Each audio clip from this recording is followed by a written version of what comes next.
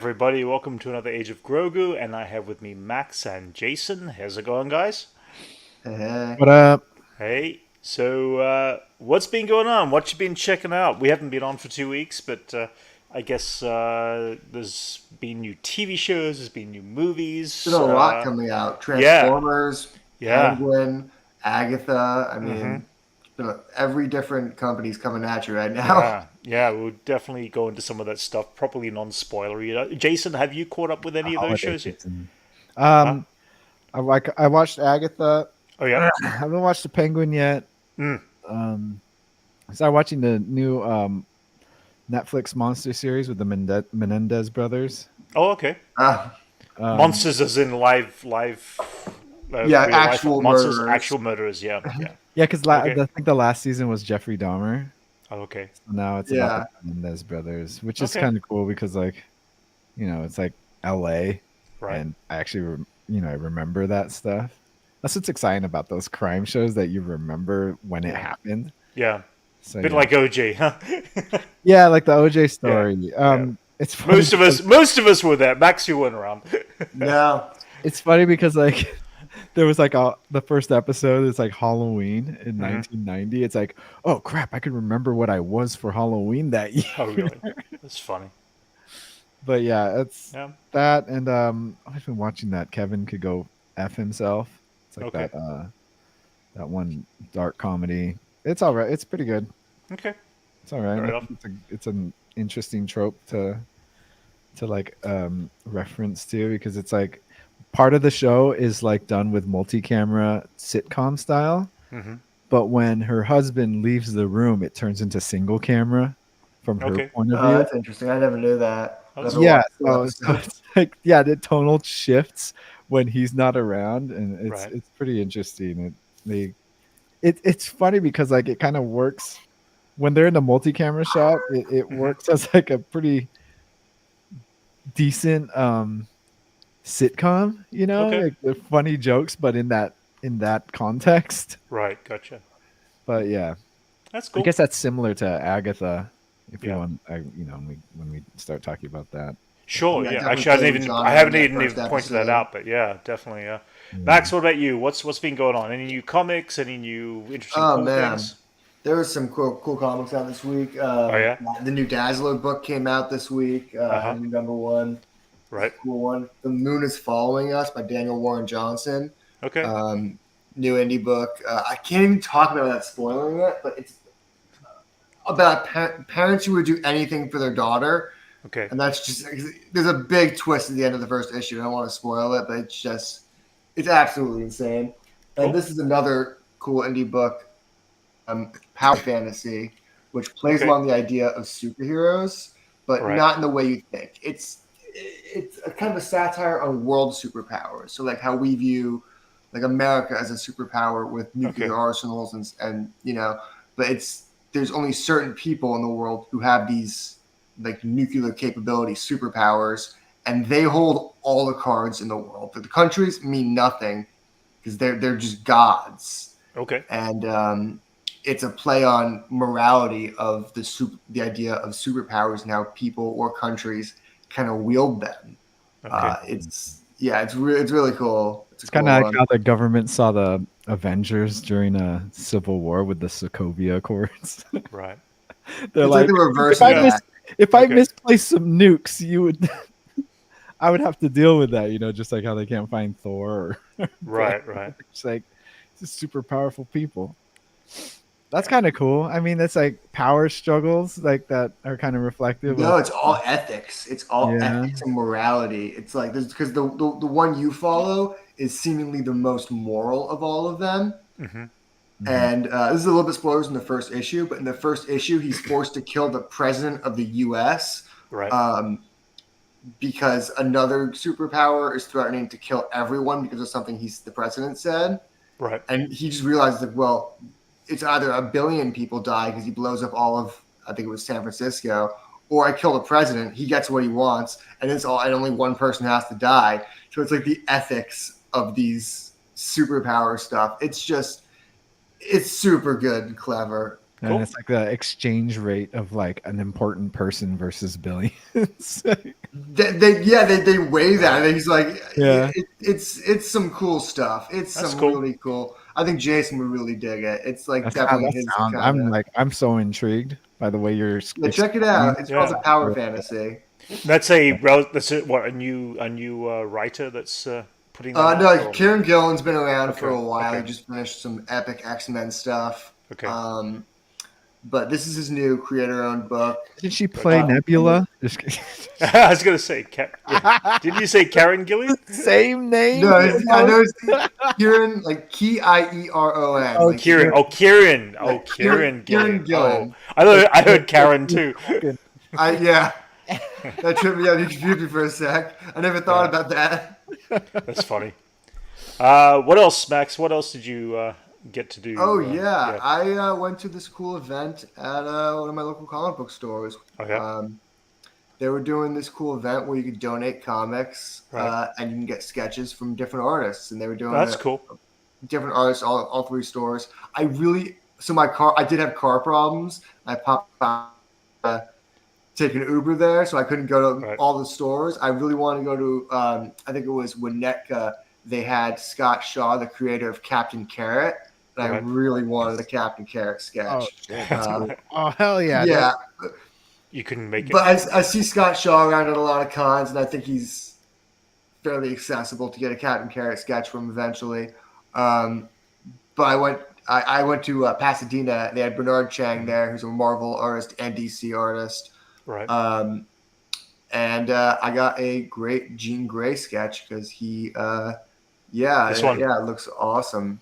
That's cool. Um, And the yeah. idea was that the artist would sketch down to anybody who would donate 25 comics, was it? Or Yep, anyone who donates Yeah. $25 will get a free sketch from these artists, and they were. right, It wasn't like small artists. These artists have been around the block, like right. have done stuff.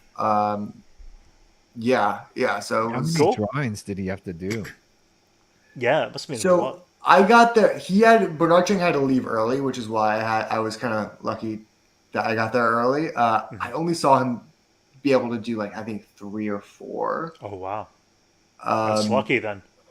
Yeah, because he had to leave early, and they were taking him like 45 minutes to do. Wow, Dang, that's crazy then. that's cool.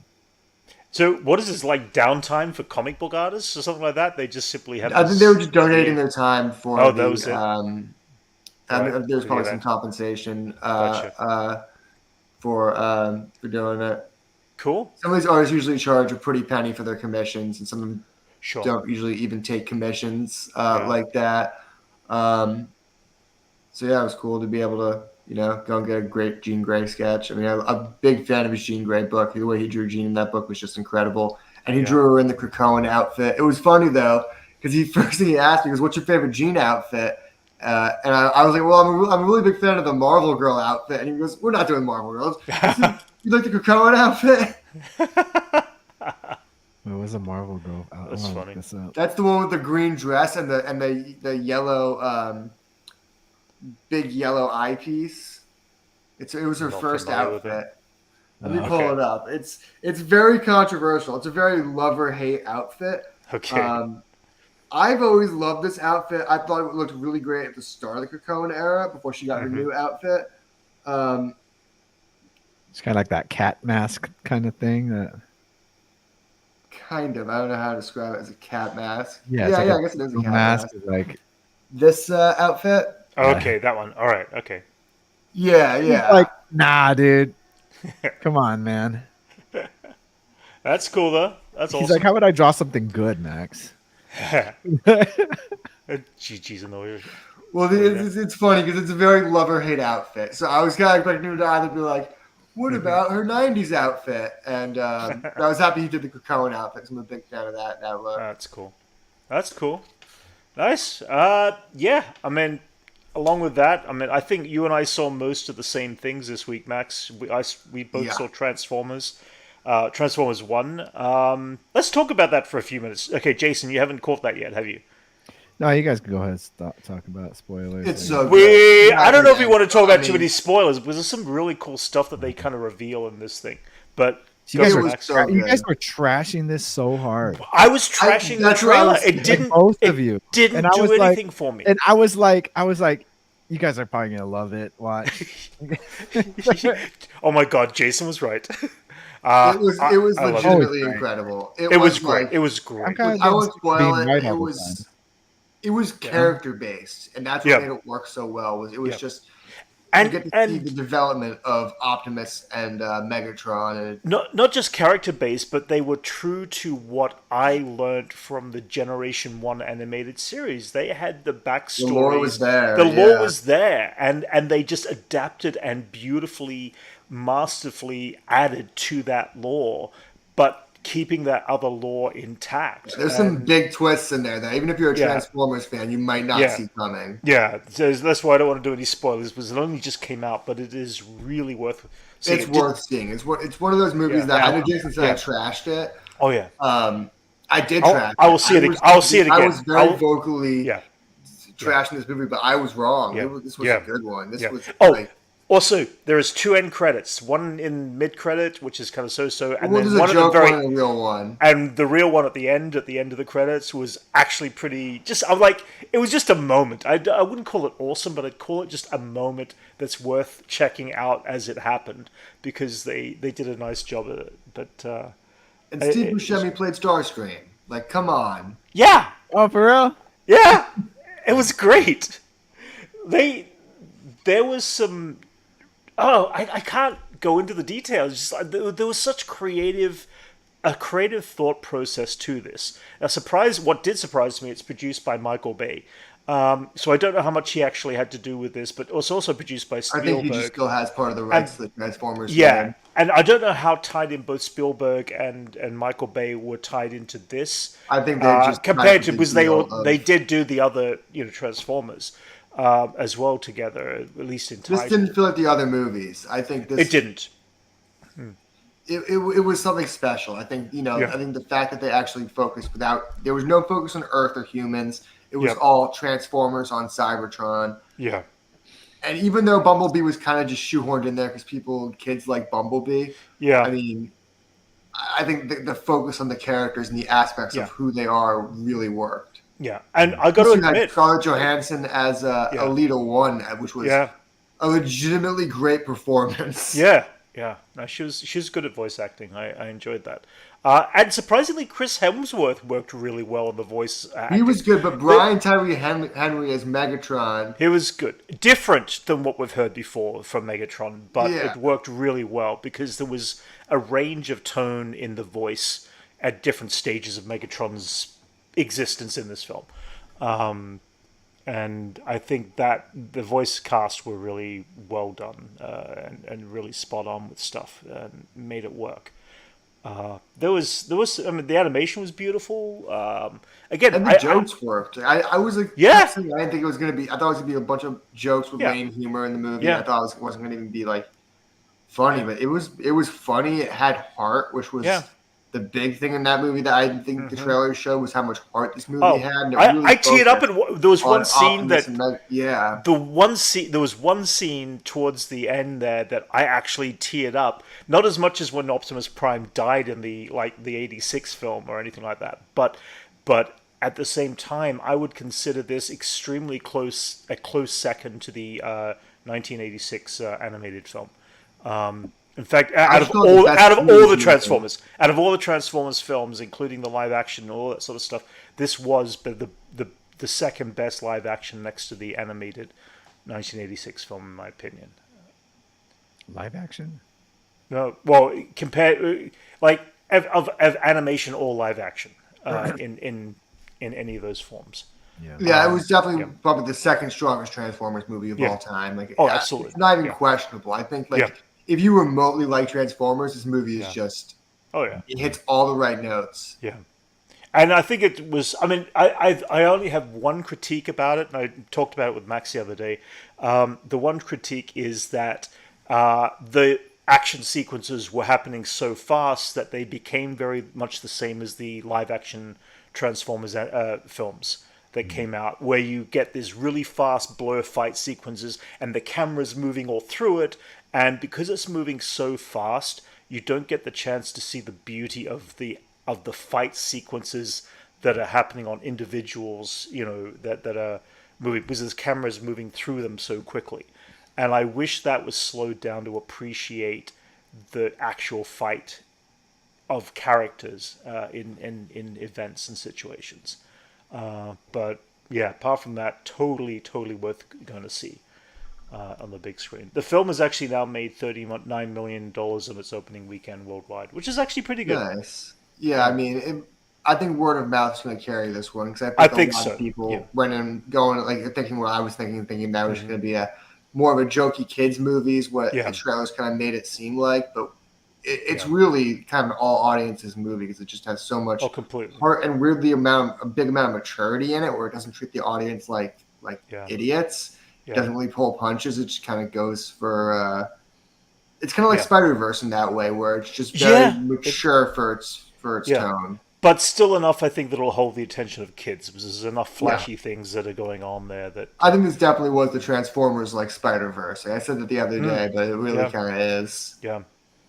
Completely That's agree. Like new age of animation. Huh? Yeah, and it really is. I mean, they've stepped up. Well, I think the the term Spider-Verse kind of becomes synonymous with the idea of taking something and treating an IP with respect, doing it with a lot of heart, and not dumbing it down for children. Just taking that IP and doing the best version of it for a mass audience. Yeah, I mean, between the Ninja Turtles. Oh, sorry. Well, because these are IPs that were popular with people who are now grown up.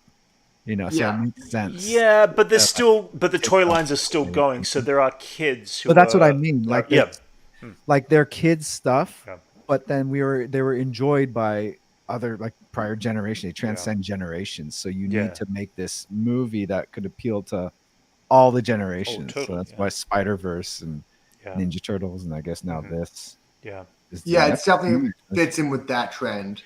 And it's nice to see an animation format that is going to compete with the Disney animated films, because a lot of the Disney stuff recently in the animation I haven't been as connected to. There was, there's occasional ones like, Frozen is one of those movies that is quite uniquely spectacular, but there's other films after that were not necessarily, I don't know, I just couldn't get into as much. So it's good to see that special anymore, because especially after Spider-Verse came out, I don't think Disney has been able to drop a banger as big as that. No, it's been hard to follow. I think Spider-Verse also changed the game for animation in general.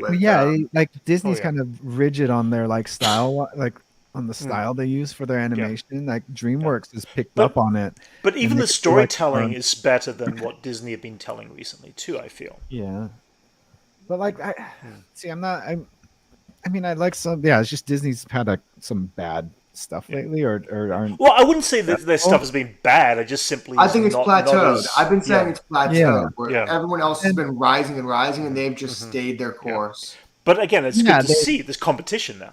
Well, yeah, they've kind of there's other things coming up, even DreamWorks and this whoever the Spider-Verse and all this. Well, stuff Shrek is making its bounce back with as well. DreamWorks is actually going into that realm of stylizing their stuff, because they're not really stuck on a specific rigid style like Disney is, where their branding is very important to them, where they can't.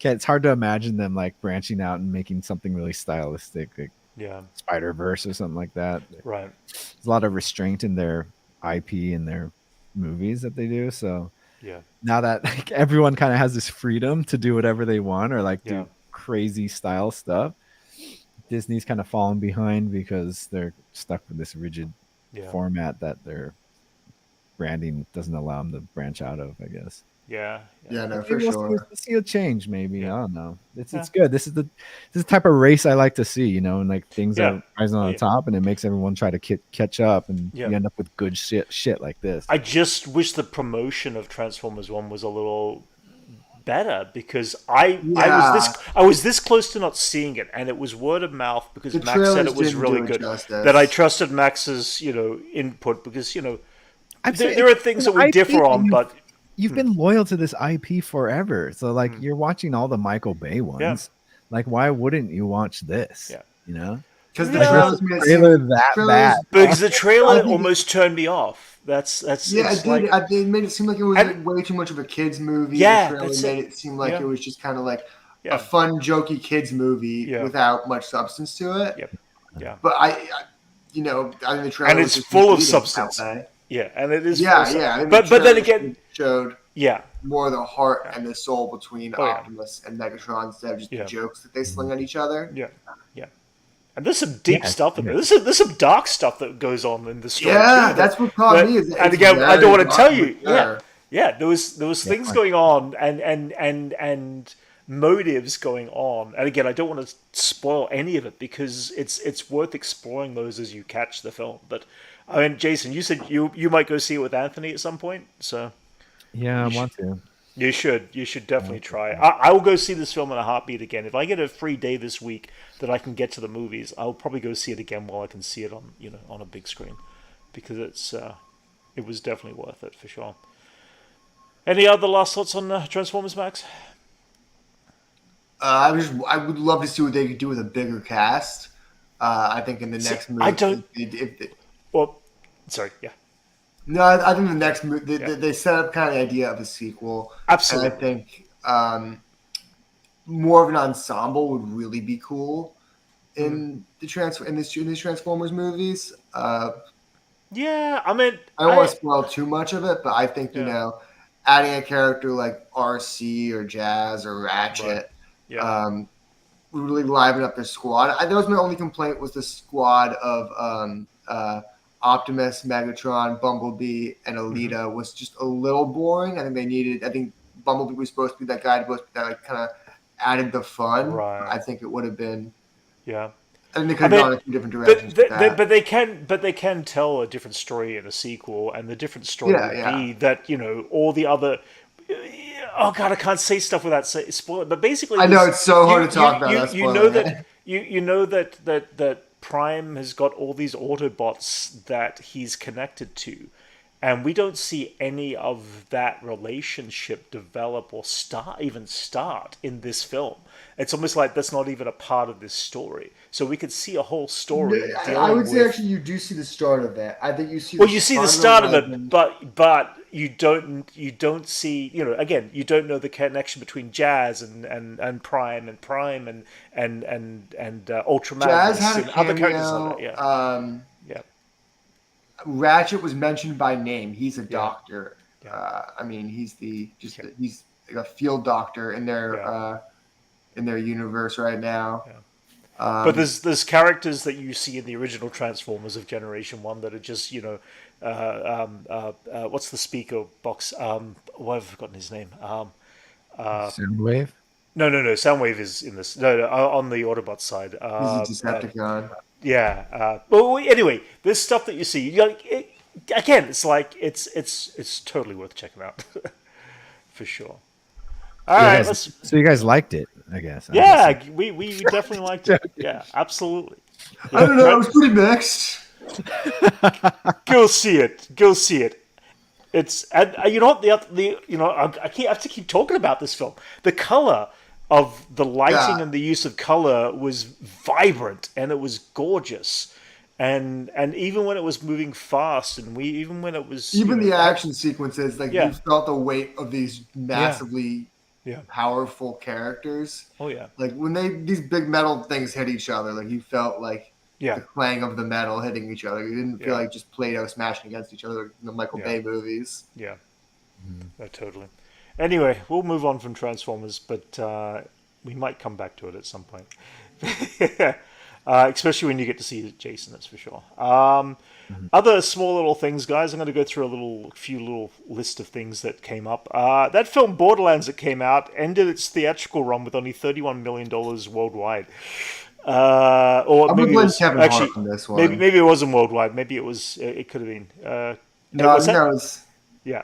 I'm gonna blame Kevin Hart. I think his charm is worn off. He's in the same movie 7 times in a row. Yeah. Borderlands didn't need a Kevin Hart to star in it. I think they could have been this cast could have been anybody, so to speak. Although I have to admit, I do like Arianda Greenblatt. I think she was great. She was in it. She was the from girl. Barbie. She was Tiny Tina. Yeah, Barbie and Ahsoka, and a young Ahsoka, I should say, and all that. But yeah, I mean, she was great. But yeah, it didn't do well. It's like, yeah, it's weird. It's like you got these films that come out with big stars, and they're not always going to do always too well. Yeah, It is fun. Depending on the material. I have a friend who was in it, and like for her profile on Instagram was her character in this movie. Oh yeah. And I guess it's done so bad she changed it back. Oh really? It's funny when I think of Bobby Lee. Was the character in that Yeah. movie, and then it came out. Yeah. She left it up for like Yeah. a week, and then now Yeah. she changed her See- profile back. She's just like, ugh. In the defense of the film, I didn't consider it a terrible film. Again, because I don't play the game, I don't know, I'll understand what the game's all about. I got a gist of it from the film, and I thought it was kind of lightly entertaining. But at the end of the day, when you walk out of a movie, you got to either talk and rave about it, or you're going to forget about it. And this was the kind of film that was just forgettable. I didn't want to see it again. And it wasn't once was enough for me, and that was about it. Films that I've seen more than once, though, Alien Romulus has now crossed the $300 million mark worldwide, which it's still doing pretty strong. You still haven't seen it? Are you kidding me? No. Oh my god, dude! Oh my! I saw Transformers instead. There are so many good films. Transformers 1, Alien Romulus. There's a lot of good films out there right now. I'm gonna try to watch it this week. Yeah. Romulus. Yeah. Next week coming up. Plan to see it on Thursday. Hey guys, Dennis? How's it going?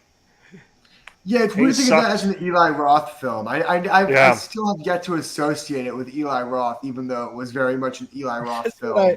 That's what I heard was like Okay. they got Eli Roth and Dennis. asked if he could do a Guardians of the Galaxy. Uh-huh. They're like, Yeah. can you do this? Can you do Yeah. something like this? That's what it looked Yeah. like. Yeah. Emmy Awards were this week, and the one show that got some of the most Emmys ever won, 18 Emmys had won for Shogun, which is I've been kind meaning of to insane. start Shogun, that. yeah. I haven't seen it yet. Nobody's seen it yet? I've been meaning to. We were gonna watch it, but then Hmm. Liz thought it was on Netflix, and then we started watching that Kevin could go F Right. himself instead. Okay. And then we got stuck watching that. We That's were it. supposed to be watching Shogun. Oh yeah. Wait, but Shogun's You wait. should have won Shogun is 19 on Emmys, Netflix? Jason, but you didn't watch. Huh? It's on Hulu. Oh, that's it. That's why I haven't seen it, because I don't have Hulu. Sorry, Max. What were you saying, Max? Sorry. I said I could have won 19 Emmys, but Jason didn't watch it. Yeah, 18. But I have the power of one Emmy for fair enough. watching something. That's cool. But yeah, I mean, it's kind of cool that a show like that. I mean, it obviously must be really good. I remember the trailer. You that mean was, a good show? We mean A a good show. show. I Like watched. that. Well, we're getting What that do you mean too. a show like we're that? getting a show like a With show. Japanese people in it? No, a remake actually is where I was going with it, because it is based off of, I think, the Shogun was a TV show or movie. I think it was a movie. book. It was a book. That's it, and it's a remake. Show like that. The power Show with of no magic. show with name people who aren't white. Is that what you mean, Brent? No, mean I there's meant no white nothing. people in that I show? meant nothing That's like the whole that. plot of the show is the white people. I never watched the show, so I don't know. I Then haven't seen it yet. how do you know, Jason? Oh my God! Wow, That's the whole plot of criticism. the show. For anybody new out there, yes, it's friendly banter. We are not absolutely racist whatsoever, because we actually do look down on that. Except for Jason, who thinks everybody's racist, but that's cool. Anyway, no, Shogun, I do want to check it out. I just don't have Hulu, so someday I'm gonna have to check it out. Brent is the bothered by show. Oh yeah, okay, fair enough. All right, so back to other stuff. Beetlejuice is actually now, this estimate is wrong now. It's actually at $330 million is what it's made. Again, another film that's doing quite well. I mean, expected to do well. So is that going to be Tim Burton's new thing? Is he just crawls out of his cave every 7 years and makes the studios a bunch of money, then crawls Well, back in? I mean, I hope we don't get Edward Scissorhands 2 or anything, but I got a feeling Yeah, that's it's going to be his new thing. He's going to to do remakes to, or sequels to all of his stuff. Yeah, I think it might be more the studios pushing it. I mean, Edward Scissorhands should stand alone. He's got a new young girlfriend that he was going to try and throw in like everything. He's going to do sequels to all of his stuff. Maybe. No doubt. I don't know. I mean, yeah. I mean, end of the day, it was fun. I mean, it was. I'm glad it's doing well. I didn't expect it to do as well as it's currently doing. Because it's still holding strong 3 weeks in, kind of thing. But since it's released, but you know, it's worth checking out. It is fun. Mars Attacks 2. Mars Attacks 2 is coming. I hope you are joking, but at the same time, that would be kind of fun. I would only watch it if he calls it Mars Attacks again. Mars Attacks again, yeah. But I mean, that is such a bizarre movie. That was probably the last Tim Burton film that I think that was really strong before, and even then, it started going off the rails from Tim Burton. I've never been a big Tim Burton fan. Big Fish, I think, was probably this last good one. Oh yeah, Big Fish. Yeah, I see. I couldn't get it. But I liked. Yeah, it's still Tim Burton. Like, he's not my favorite. Yeah. I like Mars Attacks is probably my favorite one. Yeah, it is obscure. This stuff. Yeah, is it? I thought it's pretty big. Like, that's a big one. That's it. It's a cult classic. It's a cult classic. Oh, totally. Yeah. Yeah. I wouldn't say it's obscure though. It's like a star-studded cast. No, but it's the film wasn't is remembered. Obscure. It wasn't remembered. Among my generation, people either love it or don't know it. Yeah. Yeah. Oh, really? Man. Yeah. Mm-hmm. That's pretty like a well-known movie. Uh-huh. No, not really. Popular. Yeah. That's crazy. Yeah. If you ask my generation about Tim Burton films, they probably lead with like Edward Scissorhands, Beetlejuice, and then they might go into like Alice in Wonderland. No, Alice in Wonderland. Gross. I didn't see the sequel to that. Stop, man. But that's when I started. Like, I was like, I don't like Tim Burton. That's what I. That's what I said. Like watching the Alice in Wonderland, it's like I don't like this guy. I was probably like 13 when that came out. I remember watching it and being like, I just don't like his style. And I didn't really ever get into like Nightmare Before Christmas because I'm Jewish and that just didn't really appeal to me. So I just was watching like his newer things at that time and saying like, I just don't like this guy. Max is watching Prince of Egypt. Hell yeah. You never expected me watching VeggieTales because we got Prince of Egypt at home. Yeah, I watched Prince of Egypt too. That's all part of the Bible, you know. I saw it once, and it was like, we should celebrate Moses too. We share him, Max. He's Catholic. I don't go to church though. Yeah. Anyway, moving on. This dropped this week. The Steelbook. Well, it didn't drop this week. It's coming out October 22nd. Action figures, but they're actually. Too. I zoomed in first. Oh right. Oh no. It's just the cover. Oh, it's just the cover. Yeah. No. This is the Steelbook coming out for the 4K Deadpool and Wolverine. Comes out 22nd of October, which. It comes in 2 covers. What a way to make you buy 2 sets of Blu-rays, of course, and stuff like that. But yeah, that's gonna be fun. Works on you guys. Yeah, yeah. I mean, yeah. For those who like the hardcover, the actual hard media, the real media, then yeah, it's kind of cool. You know what's interesting about this is Sony is actually doing distribution of these because Disney exited the physical media. They don't make Blu-rays anymore. Right. So this is all Sony handling the physical media release now. I wasn't aware of that. Interesting. Oh man, they're polishing these eggs. They're like, version of this. I mean, there's still a room for, you know, the thing is that it's never going to totally go away. If you look at records and then now it's all the vinyls and all that sort of stuff. It never goes away. It just gets reinvented. If streaming keeps acting stupid, yeah, of course the physical media is going to come back. Sure. My theory is it didn't go away because of sales. It went away because it's more profitable for studios to sell us a streaming service and not own their own media. Yeah. Because how many DVDs does the average person buy a month? Not even one. Yeah. But they'll still subscribe to like 3 services. Oh yeah. All the last like Blu-rays I've gotten were gifts. Like, yeah. Is this Sony's way to have Wolverine and Mobius? Oh God. Yeah, dear. Anyway, moving on. Keeping on the Sony slide. Spider-Man 4 Eyes Shang-Chi director. I said Shanghai. Shang-Chi director. Destin Daniel Cretton to direct. I don't know if that's going to be cool. the final thing, but I enjoyed Shang-Chi. I liked what was done in the film. It wasn't my favorite, but it was still kind of interesting. But at the same I time, thought it was well directed. I yeah, mean, I think he handled the balance of what the character needs to be. Like he yeah, started off street level and then quickly moved into the mystical, and yeah, it kind of balanced both with like the underworld and the enemies. yeah, And I thought that is what he handled really well, is the yeah. balance of I tone agree. between where that character needs to live in the Yeah, MCU. And I think he would just kind of get a street level Spider-Man movie. And yeah, to be like an Asian, like to embody what it is for an Asian dad. Like the Asian dad relationship was really dialed in for that movie.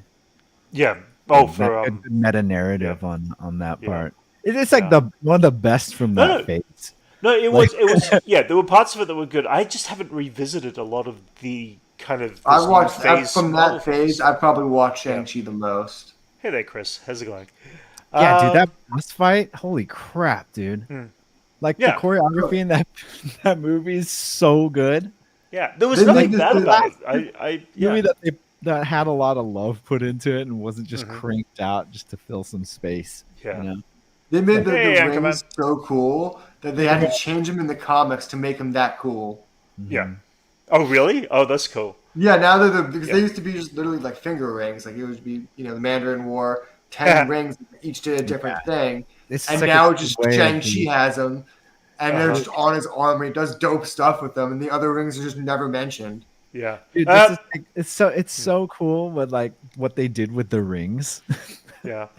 I thought that was a really good because that was a Yeah. lot to live up to because the 10 Rings has been an Yeah. organization ever since like the beginning of the MCU. Yeah. Totally. So like Just- they live up to what the Yeah. legends should be, Yeah. It was also supposed to be one of the most powerful artifacts in the Marvel universe, and they actually It's show. just way better than just being finger rings. You know what I mean? Yeah, I legitimately like that change. It's not just like Yeah. each ring has a different power. This one makes things Mhm. cold. This one makes things hot. Yeah. Like it's actually like in tune with the own person's style and Right. abilities. And Yeah. on top of that, they get to retcon a lot of stuff. The third Iron Man that we were Sure. kind of just like weird about, but it's good. It's one of the last best Marvel movies in my opinion. Yeah. Other stuff related to Spider-Man. Brendan Gleeson is being officially cast as a villain in Spider-Man Noir. Oh man, he's gonna be The Mary series. Jane. What? I know very little about this show right now, and it keeps popping up It's once just in a while. Spider-Man, but no, with noir theme. It's not that deep. Yeah. Nick Cage swinging around saying cheesy lines. Yeah. They're just milking the Spider-Verse hype with this movie. Yeah. Yeah. Wondering what Don't they'll let do it fool if, you because it's still another Sony. multiverse. Yeah, I feel like they're gonna start None to of their weave Spider out of the TV multiverse shows- stories. Okay, here's the thing. None of their Spider shows that they've been in production have ever come out. Like, remember they were making a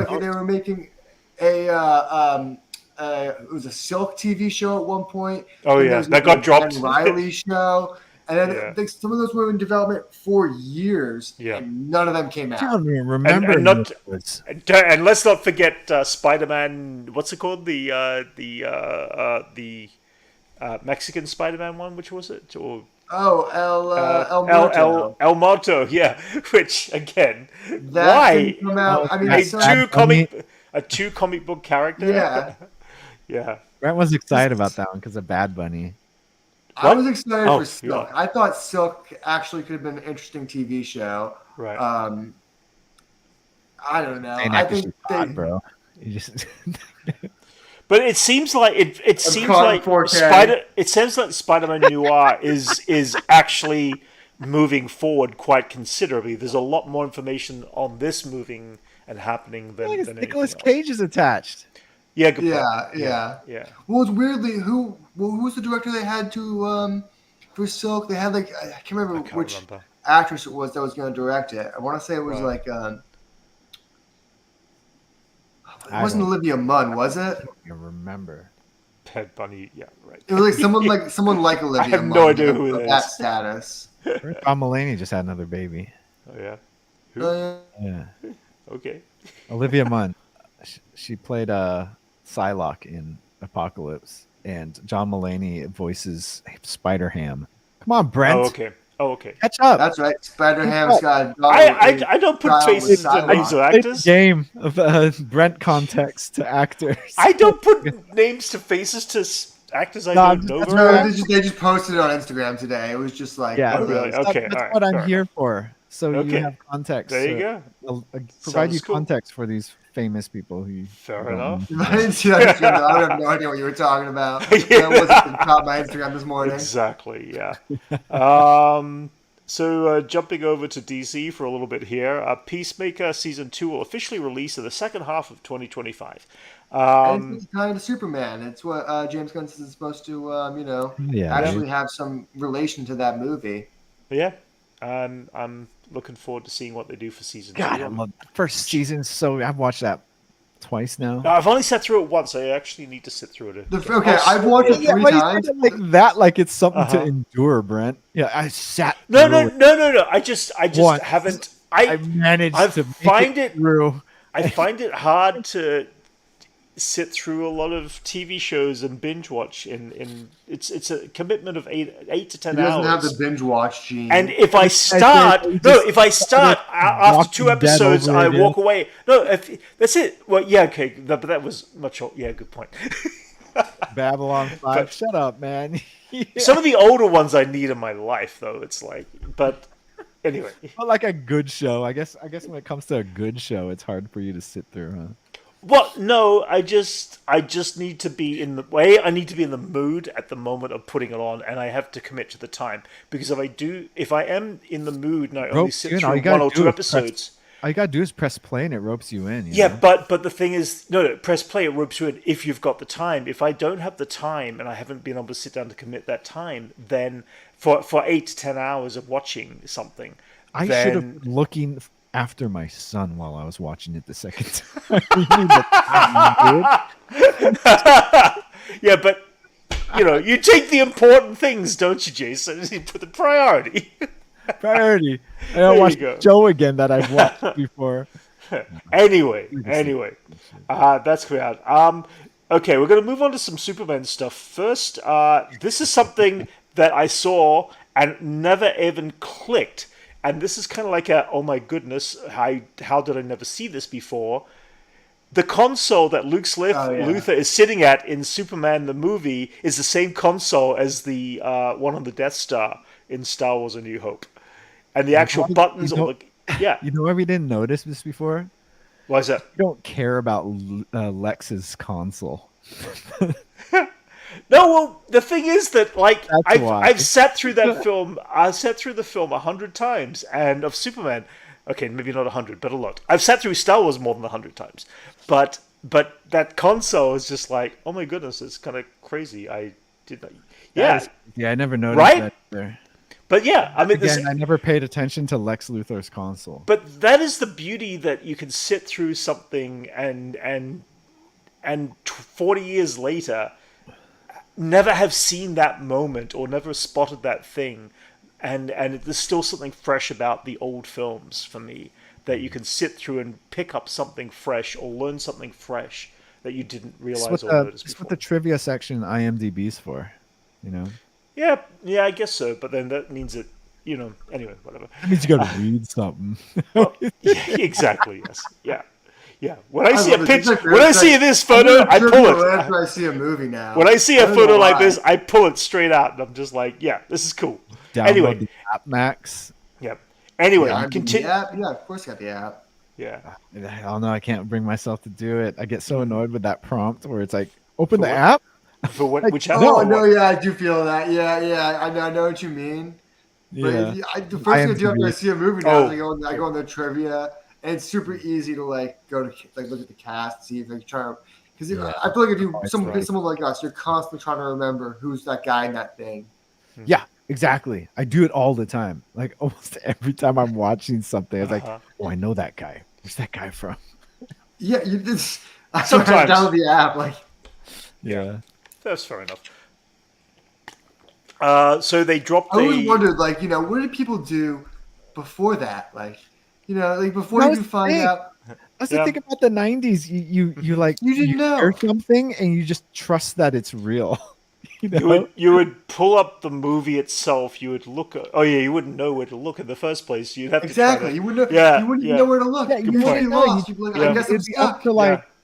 You'd be up to like whoever was there. Like there's this thing that someone said once. It's like I think it's a tweet. It's like before the Joe Rogan show, all we had was our friend's older stoner brother who would tell us about like UFOs and shit in his room. Like that was the type of information we got, and that was the person who gave it to us. I saw another one that was like that, where it was like before podcast, guys would just stand in a room making different saying different lines in different movies they've seen. Yeah. That's funny. They dropped a new trailer for the TV show Superman and Lois final season arc, which I believe is next month. Comes out in October. I'm looking forward to this. I think, Max, you said you were looking forward to it. Solid show, yeah. I really. It's a solid show, yeah. Kind of I thought I was gonna hate it. I put this show off for so long. I was like telling myself it's not gonna be that good. It's just Arrowverse Superman. Dude, the trailer is like showing Superman dead. It's like, oh, we're going through the death of Superman again. Spoilers, but it looks season 2. But well, yeah. But at the same time, to be fair, he did die. Superman does die pretty hard, like a lot. Yeah. Well, at the very end, yeah. People like I don't know. People like to kill Superman off. They just think that they're like, I don't know. I guess nostalgia for the '90s of death Superman. I guess. But at the same time, it's still gonna be. I'm still gonna be teary-eyed. I'm sure. Nostalgic reason. He dies for nostalgia. I know, but that's what it is. Like, because no one ever. Superman died for your nostalgia. No one ever wants to do the point of the arc, which is the point of the arc is to focus on other characters, kill him off and then focus on other characters. Right. So and I feel like we're going to get a good thing because it's going to be the family unit. It's going to be the sons and the wife and stuff like that. So we're going to get to see that arc in this version of it, and I'm looking forward to seeing it. And I don't think they have enough super people though. I mean, my favorite part of Death of Superman was the reign of the Supermen, where he was replaced by like multiple evil super people, and then Superboy and the Zod or the Luther controlled Supergirl. Like it was, I thought that was the most interesting aspect of it, was that it wasn't just that Superman was gone; it was that his place was filled by people who shouldn't be there. Sure. I mean, even the Batman animated series ended up by having Bruce Wayne fill in for Superman for certain things, and one of the episodes, which was kind of cool. Yeah. Speaking of one more, canonically are identical. I don't know why that became a thing. But even in the comics, they canonically look so much alike that they can impersonate each other. Oh, that's funny. One person who can't be impersonated is Christopher Reeve. There's this dropped this weekend, which was unfortunately only for like one day only. But the Christopher Reeve story goes into the documentary basically, and it's been pushed so gratefully that apparently Warner Brothers are going to be re-releasing it as a wide stream release. So I believe it's in the next couple of weeks. It'll get released for at least a week or two in standard theaters. This was like very limited release, so it was, but it did sell out in a lot of the ticket sales around the place for the. I heard it's really good. It looks emotionally like the trailer just had me in tears. It looks great. James Gunn went to a screening I saw last week. That they had, and he and a lot of the cast were invited from the new Superman film. So yeah, I mean, Christopher Reeve is a huge part of everyone's life, of who he was as an actor, not just as Superman, but we followed this tragic journey of his life, and I really want to see this documentary. I just couldn't get away to see it literally yesterday. Unfortunately, it was only for one day, but hopefully we'll get the chance in the coming weeks when it gets a more distribution for it. So. Okay, guys, let's talk a little bit about the Penguin. Oh my God! We'll keep this spoiler free for anybody who hasn't seen it. Certified Fresh, 94%. Superman, the Christopher Reeve story, also 100%. So it's been certified high up there in high ratings by people. I'm going to give my opinion first because I know that Max is going to do the Max thing. And Jason, you haven't seen it yet, right? Okay, all right. You'll get there. The whole sure. thing, the whole thing dropped. So you guys? No, just No, the first episode. Just episode one. Just number one. I enjoyed it as as a very heavy Gotham story, and at the same time it didn't necessarily feel like the Batman universe as much to me, because it really was a mobster going in and dealing with his situations. It's New The only Jersey thing that made crime it story. yeah, but it is familiar. But there's names that are familiar when they're calling out names and all that sort of stuff. So, yeah. So there's that. I thought the cast was fantastic, phenomenal. And yeah, I enjoyed episode one, and I'm looking forward to seeing where they take this story, and what it leads up to, because it is supposed to lead into the next Batman film when it drops a year or two from now. Yeah. Apart from that, I don't want to give away too much because there's not a lot to spoil, but I just don't want to. There's not too much to spoil, yeah. which is kind of good. But the first episode, What's your thoughts, Max? So here's my main thing about the show.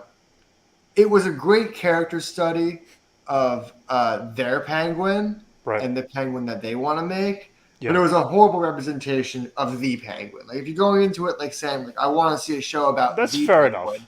That's it's probably not going to be the show for you.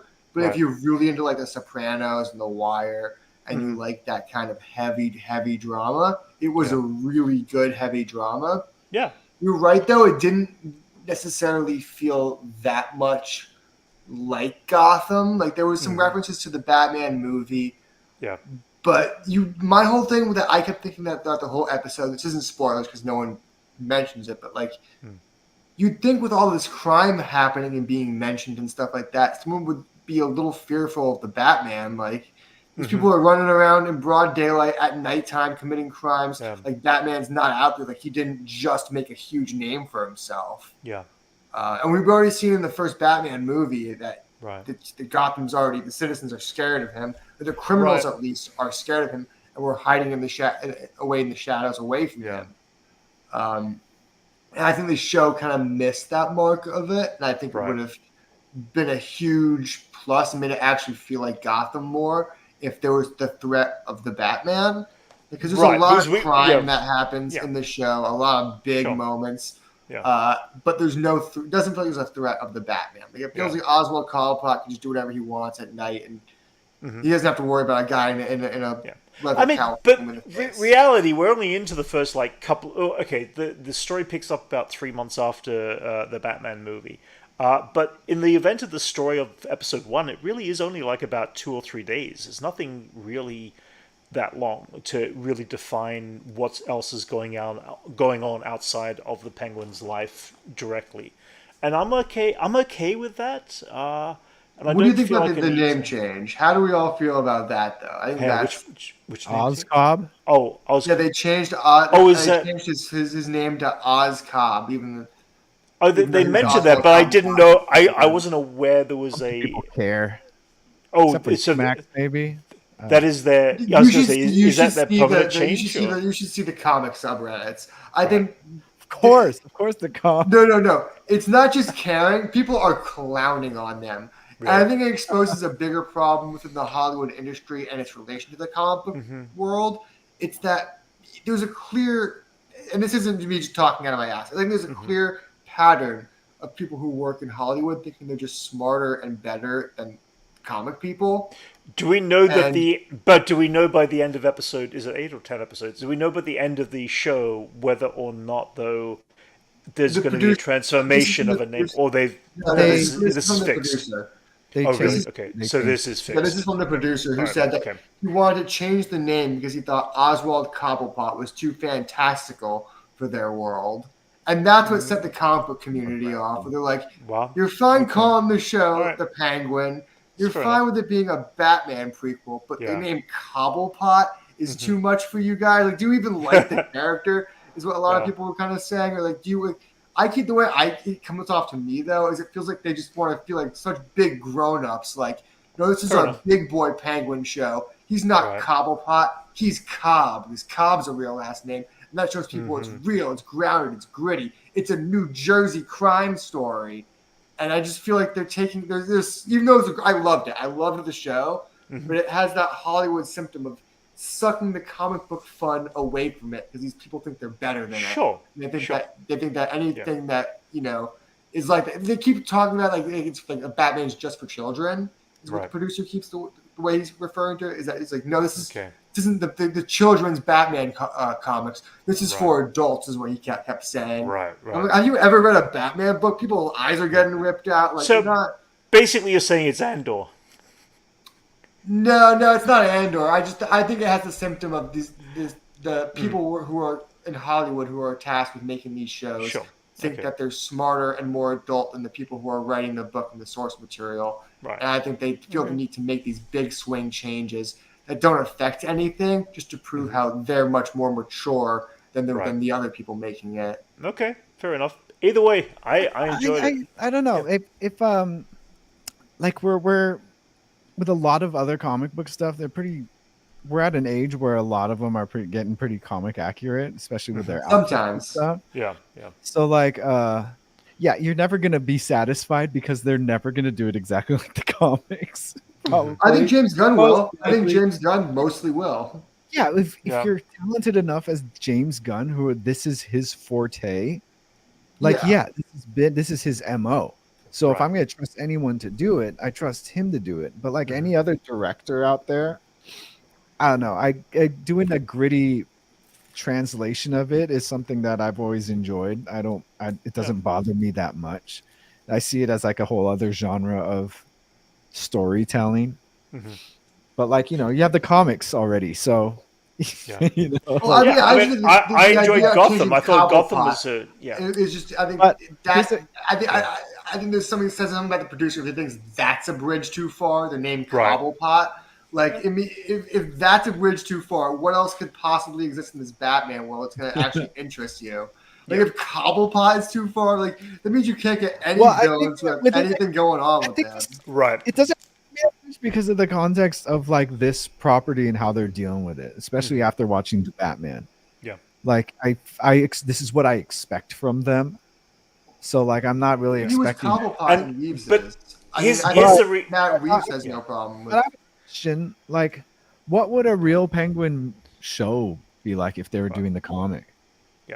The reality, guys. I mean, this goes back to the animated. I think that question's actually very interesting because this show. I think the big difference would be this show is very much of him rising to power and having to navigate that through he is.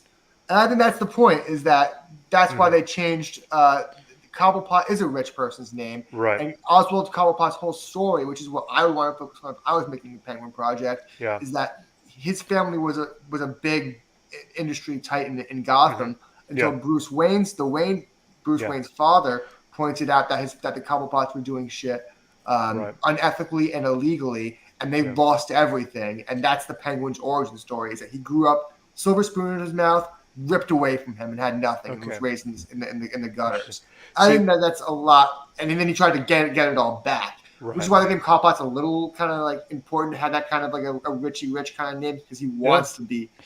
Within that context, if that's what we know, that makes sense. Well, that's what I mean. I mean, I'd say Cobblepot's important to like that version of that character because we hold on to that kind of names and that kind of identity. Yeah, I feel like we are getting a repeat of the Gotham show Penguin with the mother. With the mother, that drove me crazy. I kept saying to myself, I did feel his mother's got a little bit of mental problem. I don't know what to call it. She got Alzheimer's or something. But I do feel like we're getting that. Which I don't know why people do it. Every time someone gets the Penguin, they're like, "I'm just gonna make his mom all kooky." Like I don't know where that comes from. It worked well in the show. It worked well for Gotham, But I feel like I'm I rewatching that side of yeah. Gotham's story again because they've already done this once. At least it was minor. At least it was a very minor. Yeah. Plot Oh yeah. Yeah. Wasn't like, But yeah. she was reoccurring. There was a reoccurring character. I know where that No, character yeah, is I know ultimately what you mean. going. Though. I feel It's a weird, Yeah. it's a weird impulse for them to make Penguin's mom always Yeah. like that. I think his family's always got a lot more rich backstory than just like a sick mother. But I don't know. I don't know why it's such a long held thing. A lot of writers kind of cling to with Penguin. I never really thought of him as like a mommy's guy, Right. or mommy's issue person. Like I don't know. It's just a weird impulse people keep giving onto him. Yeah. Is that more of a mafia trope, maybe, if anything? Kind of, Possibly. yeah. Kind of. Yeah. It does feel very Sopranos. Like it almost feels too Sopranos at times. Sure. Yeah. Honestly, a lot more. We all have this Soprano-shaped hole in our hearts, so aren't we happy that there's something out there to fill it? Sure. I mean, the other thing is that if you are going to repeat the Batman stories over and over and over and over and over and over again, and we're going to be given the exact same thing, we're going to get bored of that very quickly. So we are just getting, and again, we sat through this. We said it when we watched season 1 of the Batman animated reboot that came out. There was some stuff that was different that, obviously they did some major swing shifts there. But if it was all the same as Batman the Animated Series, then we'd be getting the same thing and there'd be nothing new and fresh about it. So I do think though, cool it would be really good, interesting if the show went all 8 episodes, not mentioning Batman at all, and the show ends right when the Penguin's about to finally accede to the throne he wants. Batman swoops in, kicks him in the face, and takes him to Arkham. In just like a faceless cameo. Okay. Like that would be the Penguin show I would write. Because I think if you're writing this person, the criminal of Gotham, that's their ultimate story. Is they have these big plans. They get arc so of each close criminal in Gotham, right?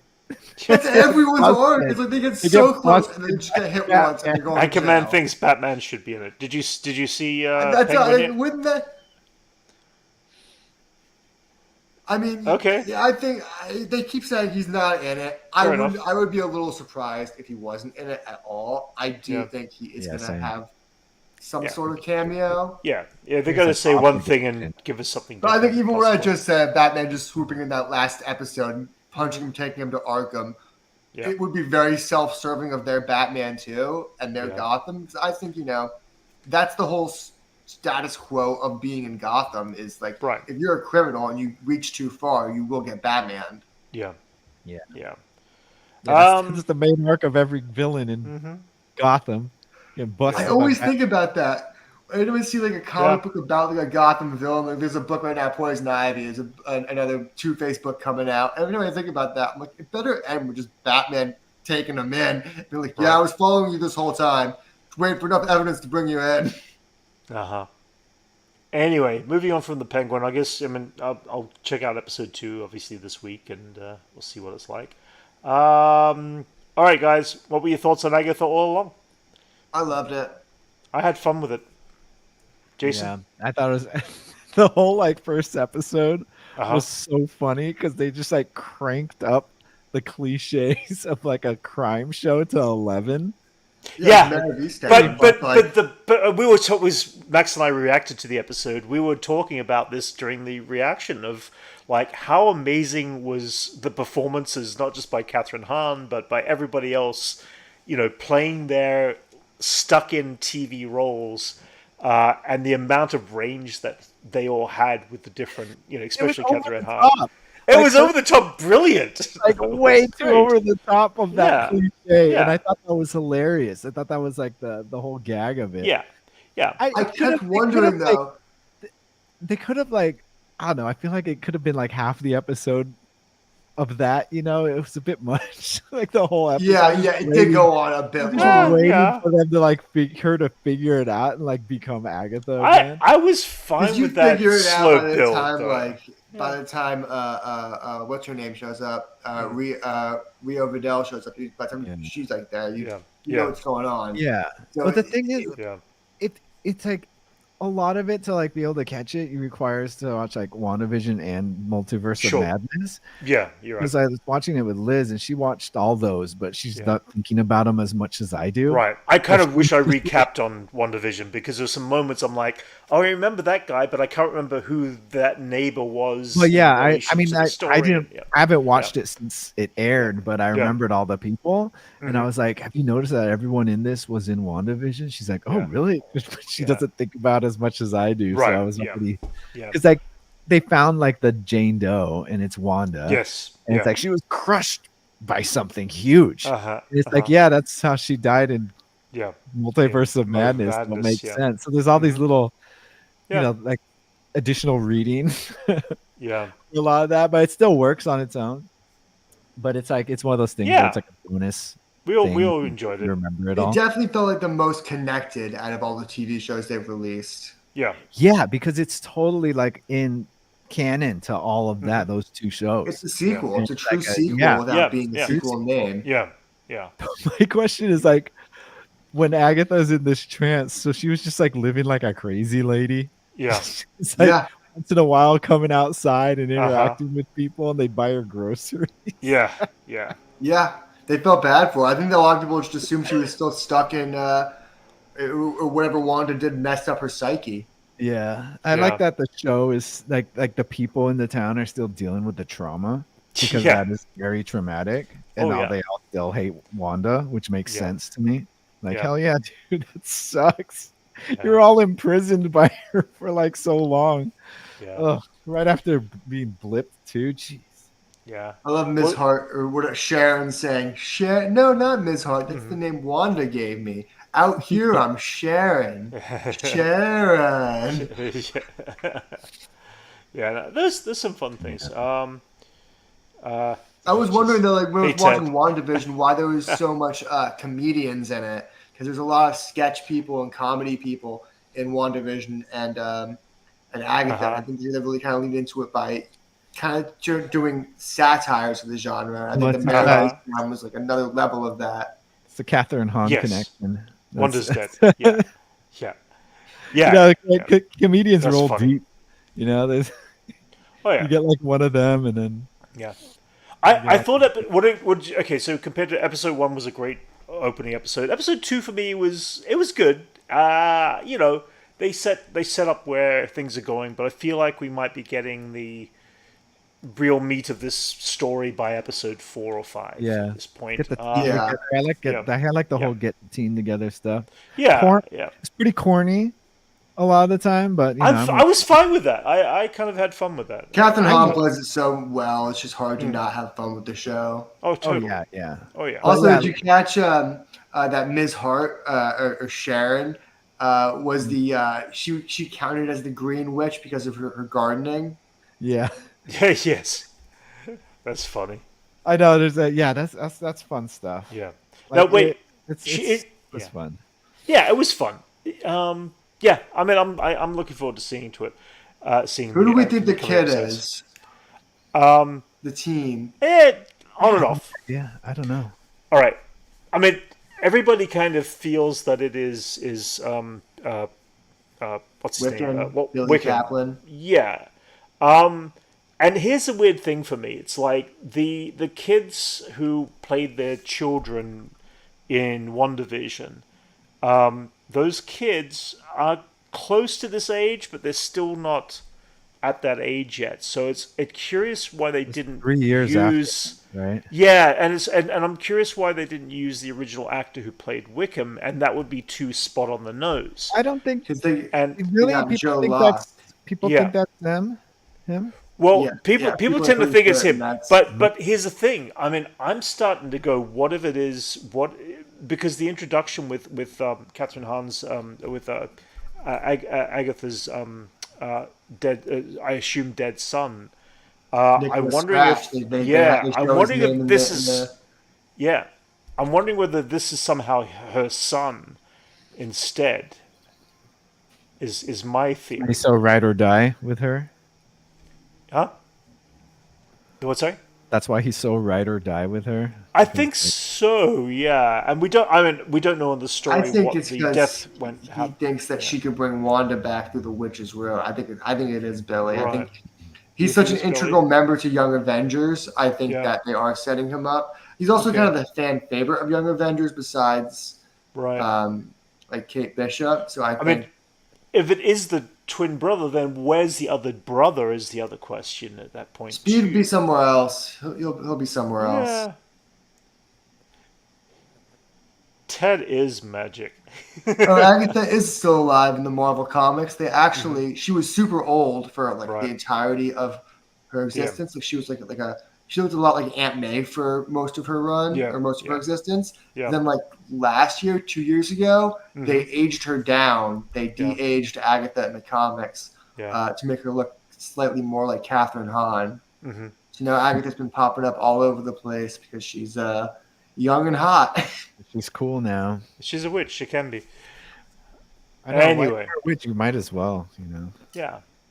Anyway, Aubrey Plaza looks great in this. Yeah. Oh my God, Aubrey Plaza looked great. She's great. I have a theory. Go ahead. I have a theory about her. I want to say that she's still the character from Legion, which is the other MCU show that she played. The villain that she was. Was she Shadow? I don't know who she was. That's my theory. You have a pretty bad track record. Your theories. So. Yeah, I know. I think her and Agatha used to be a couple. I think that's what Liz said. They were obviously a couple. Oh yeah, there was a flirting element in there within the create a child with Nicholas Scratch. Agatha obviously sacrificed Nicholas Scratch to get the Darkhold. Haven't we seen this before? Oh, haven't we seen this story before? This sounds a little bit like the Acolyte. I think it is a little like that, but I think I think Aubrey Plaza. I think Aubrey Plaza hates her because she sacrificed her son or their son to get the Darkhold, and that's why she hates. They kept mentioning that they hate each other. To kill her. I think it's because she killed Nicholas Scratch. Right. Okay. Yeah, the vendetta seems pretty crazy. Like and she was super sexy about it. She wouldn't have been that sexy if she hated her that much. Yeah, she was like super sexy about trying to kill her. Yeah, like she was like licking her hand to clean it. Like she didn't do all that. Well, yeah. No, you're right. I was a fan. Yeah, that makes sense. It's like the same way Anchorman feels about Jenna Ortega. There you go. Anyway, I'm looking forward to seeing where the show goes. I'm looking forward to reacting next week and checking that out. We'll jump to a bit of Star Wars news quickly, guys. We'll just finish up pretty soon. Well, we've got that and some Netflix news too. We didn't get the chance to report on this, but of course, James L. Jones passed away 2 weeks ago, which is a great loss to the world. He's such a great actor. And of course, the voice of Vader and all that. Ewan McGregor got his star on the Walk of Fame. Hayden Christensen was there, which is kind of like, okay, that's kind of cool. It's like wherever Ewan goes now, it's like Hayden Christensen is always there, which is kind of funny. And then Ahsoka won a Emmy Award for Best Costuming for Shauna Tippick. And of course, she's the costumer who passed away shortly after the show had finished shooting. And she's done a lot of the other Mandalorians and all that other shows as well. But it was nice that they honored her with a Emmy Award for Outstanding Sci-Fi Costumes, which was cool. And also this week, guys, we saw Rebuilding the Galaxy. And just to recap on that, that was a week and a half ago. That's crazy, right? We did a reaction for it, so if you get the chance, check out our reaction. But just to recap, guys, what were your thoughts on Rebuilding the Galaxy? It's awesome. It was fun. I think those writers are on fire. I think it's the same team that did the Ninja Turtles movie. And they've just been on a hot streak of just knowing how to take these IPs and make the most likable version of it. Yeah. But also giving something, again, they gave us something really different in this story. But I think it feels like something that they had full control over with like minimal like studio involvement.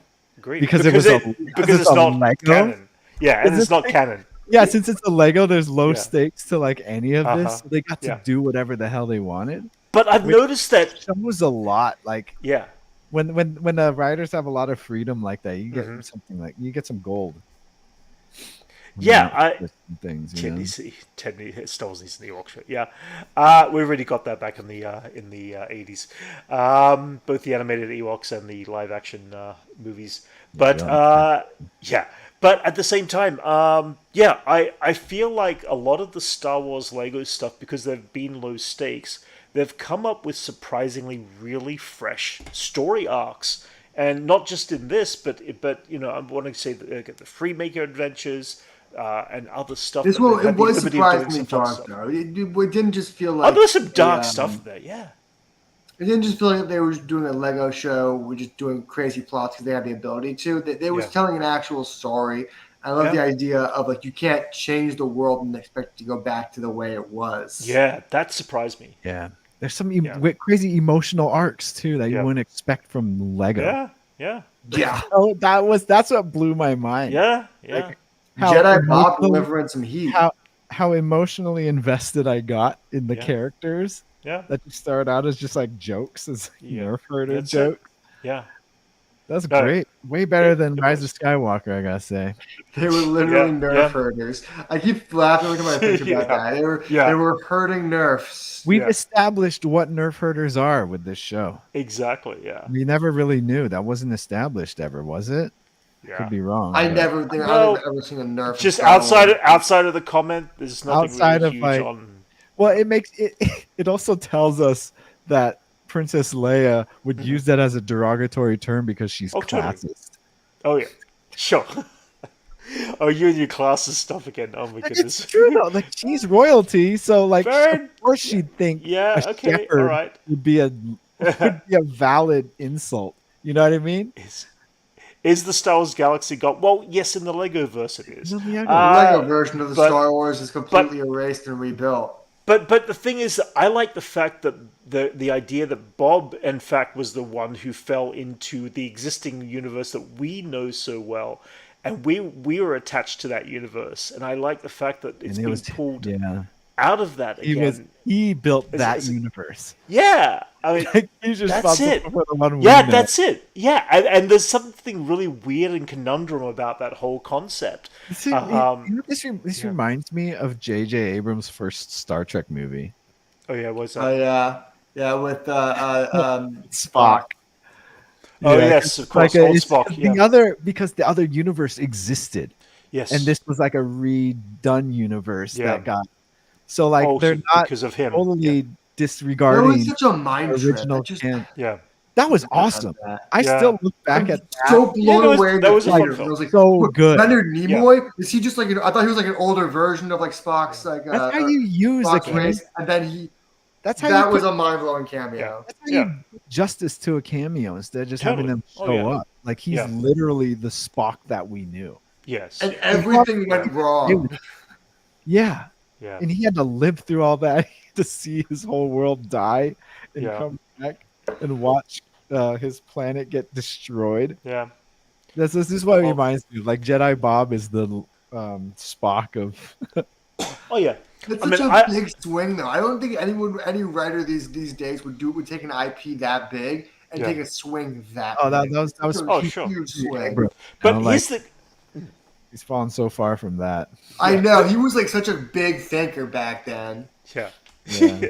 But the cool thing is that they only explored like a minuscule of characters, that exist in the Star Wars universe. We've got so many, like, again, I think one of you guys mentioned, like, where's Obi-Wan Kenobi? It's like, we haven't got that. I kept saying that, and there's going to be a sequel, because there were certain characters that were there's going to be a trilogy on this. They'll make a trilogy. Hey, if they can keep selling brand new Star Wars Lego in a different format, then, I walked past the Dark Falcon Lego in Target the other day, and I'm just like... Ooh, it's $180. It does look I almost wanted to get it. Like, I couldn't afford it right now, but I almost wanted to get it. That's the biggest Star Wars tradition is the product sales. Yeah, absolutely. Yeah. And I think Yeah, well, that's it. Yeah, you're right, Anchorman. Where's the Yeah, ghost? The that's crew. what we were They haven't saying. Is explored like there's any of that yet. You know, That's they what haven't I was saying explored when we were watching yeah. it. Is there's Yeah. certain characters that felt specifically We're only omitted. Yeah. we're only covering tier 1 characters, guys. Come on. And then in the end, they teased you with the Lando Lorian. Yes, Yeah. absolutely. Yeah, which was also again a fun thing. You know. What's that? We need all we need is a cartoon coverage of Han and Luke. Yeah, I do agree. I would like that. I would think, like to see a live action. There is some great comics right now, high-end animation. following the Yeah. adventures between their movies. Yeah. I think after the next run they do, that'll be Yeah. they're going to start focusing on after the original trilogy. Yeah. But right now, Marvel and Star Wars are focused on filling in all those weird gaps. Yeah, and I feel like that's the only way to do this is animation. How many times have they filled in those gaps? Well, no, there's but the thing is, there's so many gaps to fill. But Those gaps have been filled in so many times, dude. Especially post Jedi, like post Return of the Jedi, they've done that so many times. And the difference is this time it's canon. That's the difference. Yeah.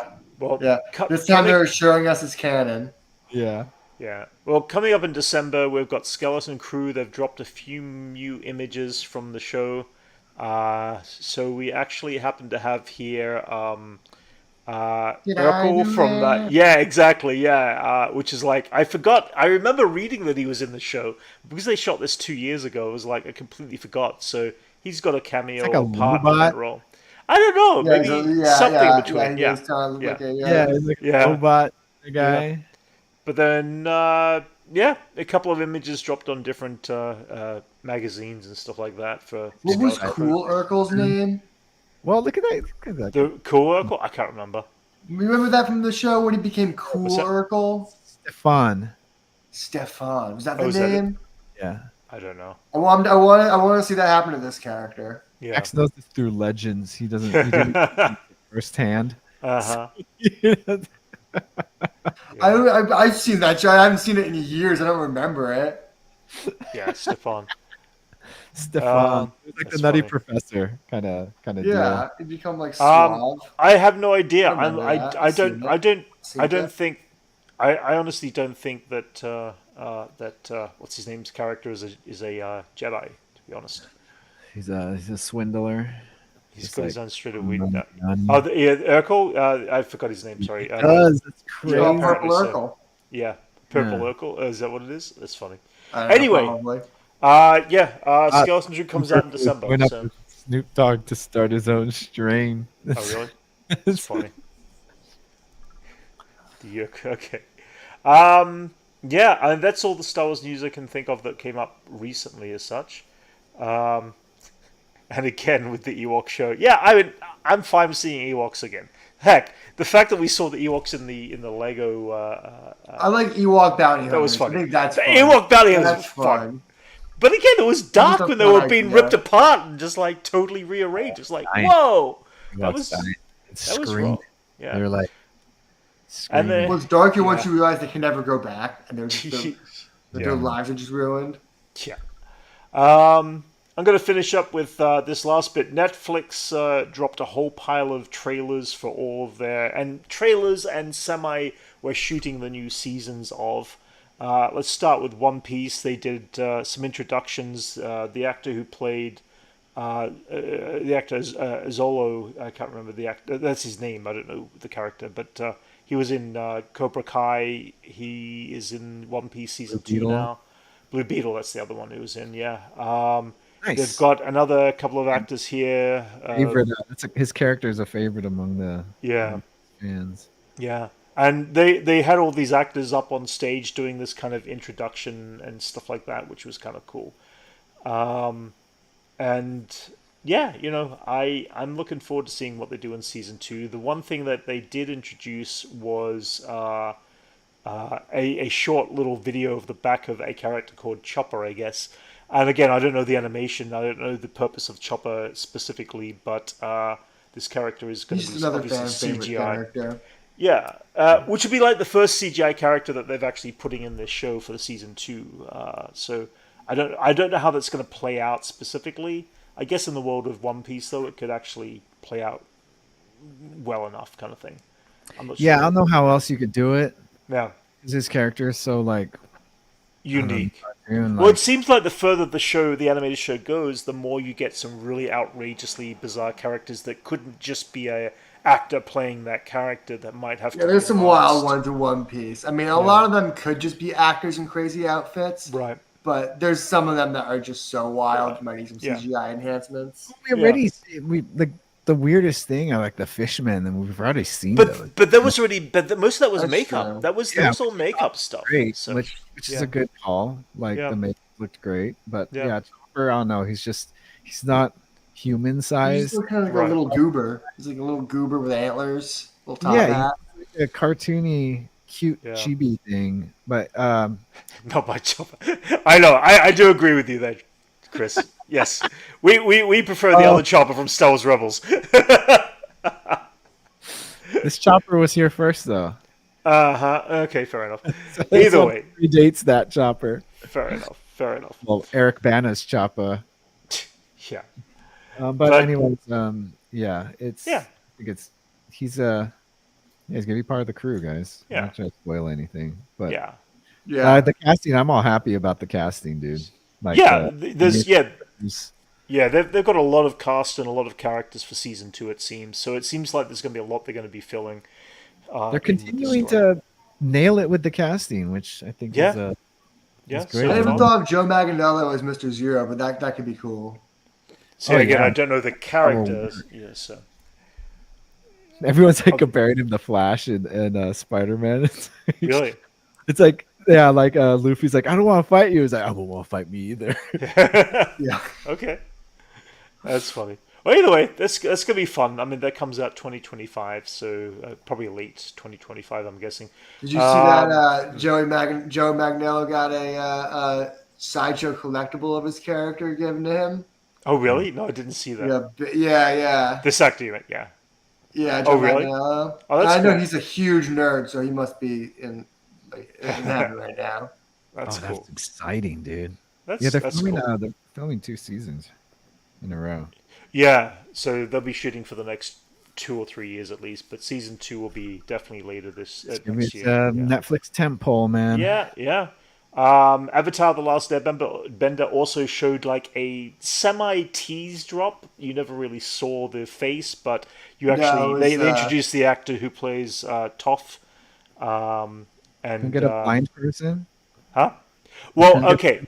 That's the first thing I said. All right. I was like, she's not even blind. Okay, so she's not blind, but here's what they did say, because I guess they basically said here that the producer they will be working with the producer and consult who is blind, and the professional of the blindness community will make sure the blindness community is represented appropriately. I think it's because of the amount of action sequences and the stuff that has to be done. We're totally joking, because if this was the case, like, why would we complain? Why wouldn't we complain that Matt Murdock isn't played by a real blind person? Right. Okay. Fair enough. Wait, Charlie Cox isn't blind? Huh? But like, it's like a double standard. Good point. Yeah. About this, we might as well complain about Daredevil. Yeah, but they were at least conscious to say that about representation of the blind community on how they're going to treat this character, that they're going through people who are blind to actually be able to to represent that character and respectfully. I'm just happy Toph is coming. I mean, I love I think Toph's one of those fan favorite characters who kind of absolutely deserves to be a fan favorite, because she's so strong, powerful, but also very likable. I think she's the probably second most likable character in Avatar. Yeah. Wait, who's the first? Uncle Iroh. Oh, Uncle Iroh. Okay, yeah, fair enough. Yeah.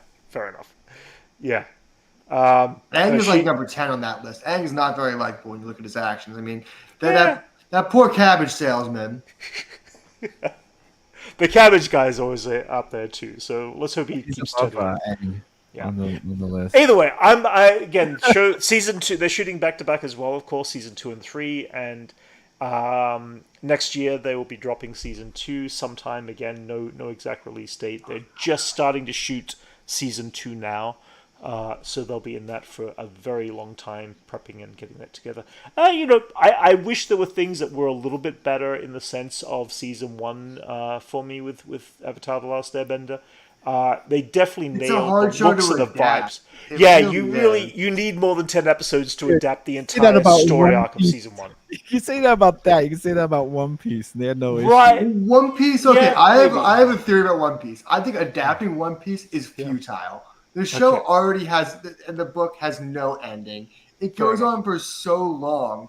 Like, what's your goal in trying to adapt Eventually, it? the Like, TV show is going to have to end before the animated show ends. That's what I'm as well. saying. Like, there's, Yeah. it's a futile Yeah, thing. but because regardless there's of what you're saying right now, Max, I agree with you. It's crazy because it just keeps going forever. But yeah, the execution of the first season, it was good. Yeah, way Of better the live action, yeah.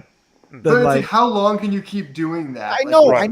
I know. But I'm talking Yeah. about the execution of the first season. Sure. They did that really yeah. well, and Yeah. I think Avatar would be a lot more easier to adapt. But just Yeah. I don't know. It just I feel like each episode tried to pour too many I think it's because similar story One Piece arcs is more into the specific. I same think One thing. Piece is more Yeah. specific. Yeah. I think One Piece Yeah. has I a, think is one a lot extra- more stylized. a Yeah. lot it has a lot to do with the show creator taking part in the adaptation as well. 'Cause Yes. he is Yeah. Yeah. very hands-on how they do it. Yeah. And, Okay, and after we, the guys left. They have to consult with him Yeah. on any decision that they make on the Yeah. show. So I Yeah. think that goes a long way. oh, totally. Yeah. And of course, we know that the showrunners Are dropped out walked because away. Yeah. there are creative differences, or Yeah. I also heard they're really hard to work with. Yeah, I heard Could that be. too. Could be. I But heard it they're was also, mostly but, them. but I they're heard that also people given. that Netflix was giving them a lot of chances of being really forgiving, and they were like being Yeah. Yeah, uh, they're just so up their mostly own asses reasonable. because Yeah. they made the Avatar. Yeah. Last At the end of the Airbender. day, I thought everything they did visually in Avatar and the cast looking and performances were mostly up there, be decent. I enjoyed Avatar: The Last Airbender, not as much as One Piece, but either way, we're getting both of those shows in the next year or so, which would be exciting. Let's quickly scoot through this other stuff. A couple of other things that Netflix are dropping. They're actually dropping Magic the Gathering animated show, which course they produced by Terry Mathas, who actually did the Star Trek Picard season 3, which and he's I also imagine doing every some nerd stuff. in Hollywood has tried to make that at some point. Sure, yeah. But anyway, Netflix are doing I've never ever played the game once in my life. The other thing they dropped a trailer for this week was the Tomb Raider Legend of Lara Croft. Looks interesting. Comes out next month, so it's actually. I like pretty how soon. it actually kind of looks like it ties into the latest Tomb Raider games. I think it looks pretty lore accurate for what Okay. they've been trying to push as recent Lara Croft. Right. Even that voice, the person who does the voice is very busty as well. That's the accurate. Haley Atwell. Boobs. I could hear the boobs. If anyone complains about them not casting things right, it's like, hey, voice actress, big old titties.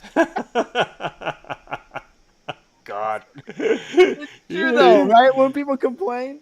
The other thing Netflix did was they dropped a trailer for Squid Game Season 2. Comes out December 26th. I'm looking forward to... they dropped this poster too. So I'm looking forward to seeing what their new games are like and how that plays out. And then they also dropped a behind-the-scenes look at Season 2. Kind of, looks fun. They're shooting in Ireland this. Oh, there you go, Anchorman. There you go, Anchorman. Yes, Wednesday Season 2. But yeah, the actual behind the scenes was a good 2-minute long little piece showing of pre-production.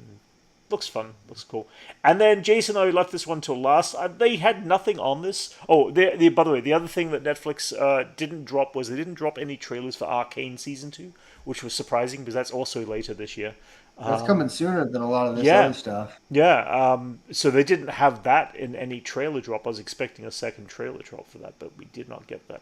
Just let the show speak for itself. Yeah, but then the last thing that is coming out is this something called animation called Cyberpunk. I have no idea what it's about because they didn't have anything to show, but I don't know. It was just The interesting. the first show they did, what was it, Edge Runners? Oh, is that By Yeah. what? Best, Oh, it's connected. Oh, is it connected to a? well, there was already a It's a video game. there was Oh, a okay. show there was a show on Netflix already, Okay. which All is right. probably one of the best Yeah. animations that came out that year too. Right.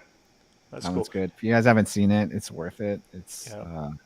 even though you don't play the game or anything like that, it's still like just a good story. Oh, that's cool. Like you don't have to know It's a anything fun about game it. though. Cool.